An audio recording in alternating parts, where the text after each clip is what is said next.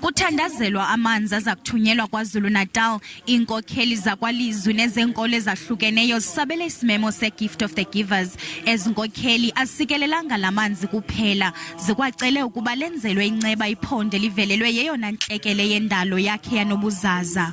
Your brothers and your sisters need you. They're bleeding. They've lost their children. The children are buried in the ground. They can't find them. They're digging them out with their bare hands. The pain, the hurt, the hardship, nobody can measure that. The cameras can't capture it.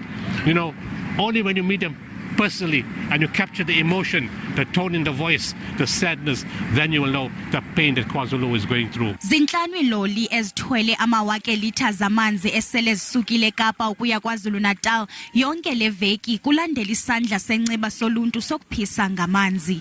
UDavid Silo oyinzalelwane yakwaZulu-Natal ngumqhubi weloli ezitoni ezi-32 uthi uyibone ngawakhe imbubhiso eyenziwe ngunogumbe wezikhukhula kwiphondo lakhe. And now for me to take the gifts to the place whereby it's actually affected like that, I'm feeling actually proud to be one of those people who are taking something donated to them. Nabani na ofuna ukunika inkxaso kwizikhukhula zase-KZN angatyelela iwebsite yeGift of the Givers. Kusekwe ingxowa-mali ekhethekileyo yoncedo ngelishwangusha.